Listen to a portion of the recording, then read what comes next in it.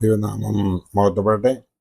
കർത്താവിൽ പ്രിയ വിശ്വാസിനി വിശ്വാസികളുടെ സമൂഹമേ, കുഞ്ഞുങ്ങളെ, നിങ്ങളെ ഏവരെയും കർത്താവായ യേശു ക്രിസ്തുവിന്റെ നാമത്തിൽ പ്രഭാതവചനത്തിലേക്ക് വളരെ വിനീതമായി സ്നേഹത്തോടെ സ്വാഗതം ചെയ്യുന്നു. ഇന്നത്തെ ദിവസത്തിൻ്റെ പ്രത്യേകത എന്ന് പറയുന്നത് 22 ജൂൺ 2026 ശ്രീയാനോമിൻ്റെ 7ാമത്തെ ദിവസം. ഈ വർഷത്തിലെ 173ാമത്തെ ദിവസമാണ്. ഇന്ന് 544ാമത്തെ എപ്പിസോഡ് പബ്ലിഷ് ചെയ്യുന്നതിനായി ദൈവത്തിൽ ശരണപ്പെടുന്നു. 13 നോയമ്പിൻ്റെ 6ാമത്തെ ദിവസം ഇന്നലെയും 7ാമത്തെ ദിവസം ഇന്നും ആണ്. ഇന്നലത്തെ എപ്പിസോഡ് എവങ്കേലിയോനെ ആസ്പദമാക്കിയുള്ള വചനം ഇട്ടതുകൊണ്ട് ഇന്ന് 6ാമത്തെയും 7ാമത്തെയും ദിവസത്തെ ഒന്നിച്ച് ഞാൻ ഇവിടെ ചേർക്കുവാൻ ആഗ്രഹിക്കുന്നു. 6ാമത്തെ ദിവസം എന്ന് പറയുന്നത് ശ്ലീഹാനോമിൻ്റെ 6ാമത്തെ ദിവസമായ ജൂൺ 21-ാം തീയതിയാണ്. വിശുദ്ധ യൂദാ ശ്ലീഹയെ സ്മരിച്ചുകൊണ്ടാണ് ആ ദിവസം നാം ഓരോരുത്തരും ആചരിക്കുന്നത്. തദായി ലാബി എന്നുകൂടി യൂദാ ശ്ലീഹയ്ക്ക് പേരുകളുണ്ടായിരുന്നു. അദ്ദേഹത്തിൻ്റെ പിതാവിൻ്റെ പേര് യാക്കോബ് എന്നായിരുന്നു. ലൂക്കോസ് എവൻഗേലിയോസ്തായുടെ സുവിശേഷം 6ാം അധ്യായം 16ാം വാക്യം. ചെറിയ യാക്കോബിൻ്റെ സഹോദരനായിരുന്നു. ആദിമ പാരമ്പര്യപ്രകാരം യൂദാ ശ്ലീഹ ഒരു പണ്ഡിതനായിരുന്നു എന്ന് എടുത്ത് പറയുന്നുണ്ട്. വിശുദ്ധ യോഹന്നാന്റെ സുവിശേഷത്തിൽ 14ാം അധ്യായം 22-23 യേശുവുമായി അദ്ദേഹം നടത്തിയ ഒരു സംഭാഷണവും രേഖപ്പെടുത്തിയിരിക്കുന്നതായി കാണാം. പാലസ്തീനിലും അറേബ്യയിലും മെസൊപ്പൊത്താമിയയിലും സുവിശേഷം അറിയിച്ചു. അതിന് ശേഷം പേർഷ്യയിലെത്തി. കനാൻകാരനായ ശിമോനോടൊപ്പം പേർഷ്യയിൽ സുവിശേഷ ദൗത്യം അദ്ദേഹം ഏറ്റവും വിജയകരമാക്കിയെന്ന് ചരിത്രം നമ്മെ ഉദ്ബോധിപ്പിക്കുന്നു. അനേകം ആളുകളെ ക്രിസ്ത്യാനികളാക്കി, അനേകം പള്ളികൾ സ്ഥാപിച്ചു. കുറെ കാലം അദ്ദേഹം സിറിയയിലും പ്രവർത്തിച്ചു എന്ന് ചരിത്രം പറയുന്നു. തദായി ശ്ലീഹായുടെ പ്രവർത്തനങ്ങൾ എന്ന ഗ്രന്ഥത്തിൽ എഡേസ എന്ന കൊച്ചു രാജ്യത്തിൻ്റെ ഭരണാധികാരിയായിരുന്ന അബ്കാർ തനിക്ക് ഒരു രോഗത്തിൽ നിന്നും സൗഖ്യം പ്രാപിക്കുന്നതിനായി തൻ്റെ ദൂതനായ അനന്യാസിൻ്റെ കയ്യിൽ യേശുവിനെ ഒരു കത്ത് അയച്ചതായി പറയുന്നുണ്ട്. അതിൽ ഇങ്ങനെ എഴുതിയിരിക്കുന്നു: യഹൂദന്മാർ യേശുവിനെതിരെ ഗൂഢാലോചന നടത്തുന്നതിനാൽ എഡേസായിലേക്ക് വരിക, അവിടെ സുഖമായി സുരക്ഷിതമായി കഴിയാമെന്ന്. യേശു മറുപടിയായി പറയുന്നത്: ഞാൻ ലോകത്തിനു വേണ്ടി മരിക്കാൻ വന്നിരിക്കുന്നു. എൻ്റെ ശിഷ്യനായ തദായി യേശുവിൻ്റെ ഉയർപ്പിന് ശേഷം അവിടെ എത്തിക്കൊള്ളും എന്ന ആണ്. അതോടൊപ്പം ഒരു തുവാല കൊണ്ട് തൻ്റെ മുഖമൊപ്പി അതിൽ യേശുവിൻ്റെ മുഖരൂപം അത്ഭുതകരമായി പതിച്ചു കൊടുത്തുവിട്ടു. മറുപടിയും മുഖരൂപവും കൈപ്പറ്റിയ ഉടനെ അബ്കാർ സൗഖ്യപ്പെട്ടു.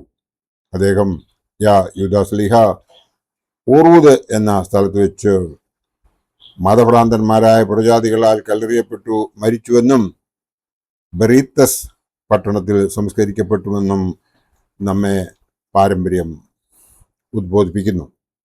7ാമത്തെ ദിവസമായ ഇന്ന് ശ്ലീഹാനോമിൻ്റെ 7ാമത്തെ ദിവസം ജൂൺ 22 വിശുദ്ധ മത്തിയാസ് ശ്ലീഹയെ ഓർത്ത് നാം ഈ ദിവസം ആചരിക്കുന്നു.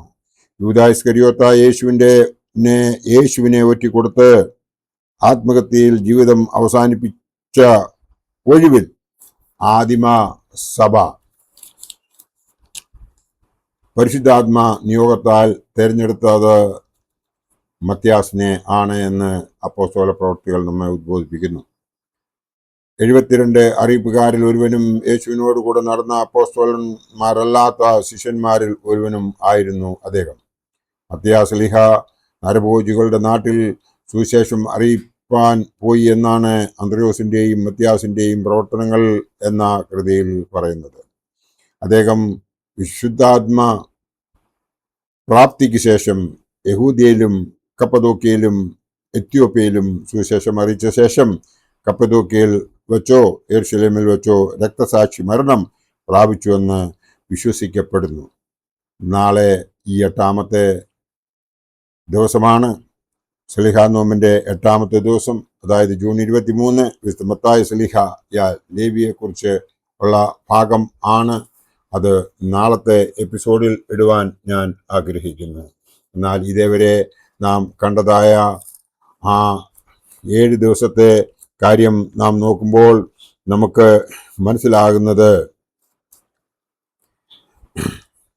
ആദ്യത്തെ ദിവസം അന്ത്രയോസ്ലിഹായുടെ നാമത്തിൽ നാം ആ ദിവസത്തെ ആചരിച്ചുവെങ്കിൽ, രണ്ടാമത്തെ ദിവസം വിശുദ്ധ നഥാനിയേൽ അഥവാ ബർത്തലോമായി സ്ലീഹായുടെ നാമത്തിൽ നാം 13 നോയമ്പിന്റെ രണ്ടാമത്തെ ദിവസം ആചരിച്ചു. മൂന്നാമത്തെ ദിവസം വിശുദ്ധ വലിയ യാക്കോബ് സബദി പുത്രൻ സ്ലീഹായുടെ നാമത്തിൽ ആ ദിവസം നാം ആചരിച്ചു. നാലാമത്തെ ദിവസം എന്ന് പറയുന്നത് ജൂൺ 19 വിശുദ്ധ ചെറിയ യാക്കോബ് ആൽഫായുടെ മകൻ സ്ലീഹായുടെ നാമത്തിൽ ഈ ദിവസത്തെ ആചരിക്കുന്നു. അഞ്ചാമത്തെ ദിവസം ജൂൺ 20 വിശുദ്ധ യോഹന്നാൻ സ്ലീഹായുടെ നാമത്തിൽ ഈ ദിവസത്തെ നാം ആചരിച്ചു. ആറാം ദിവസം ഞായറാഴ്ചയാണ്, ജൂൺ 21. അന്ന് പെന്തക്കോസ്തിക്ക് ശേഷം 4ാമത്തെ ഞായറാഴ്ച ആയതിനാൽ എവൻഗെലിയോനെ ആസ്പദമാക്കിയുള്ള വചനം ഇട്ടതിനാൽ 6ഉം 7ഉം കൂടി ഇന്ന് 22-ാം തീയതി ഞാൻ സമർപ്പിച്ചിരിക്കുന്നു. ഇത് കൃത്യമായി മനസ്സിലാക്കി ദൈവത്തിൽ ശരണപ്പെട്ട് നാം ഓരോരുത്തരും ബാക്കിയുള്ള ജീവിതം ജീവിക്കുന്നതിന് വേണ്ടിയിട്ട് ദൈവം നമ്മളെ എല്ലാവരെയും അനുഗ്രഹിക്കട്ടെ എന്ന് മാത്രമേ അവസരത്തിൽ ഓർപ്പിച്ചുകൊണ്ട്, ദൈവത്തിൽ തന്നെത്താൻ സമർപ്പിക്കുന്ന ഒരുവനും ഈ ലോകത്തിൽ ഇന്നുവരെ ദുഃഖിക്കേണ്ടി വന്നിട്ടില്ല എന്നു കൂടി ഓർപ്പിച്ചുകൊണ്ട് എൻ്റെ ഈ വാക്കുകളിൽ നിന്നും ഞാൻ വിരമിക്കട്ടെ. ദൈവം നമ്മളെ എല്ലാവരെയും അനുഗ്രഹിക്കട്ടെ. നന്ദി, നമസ്കാരം.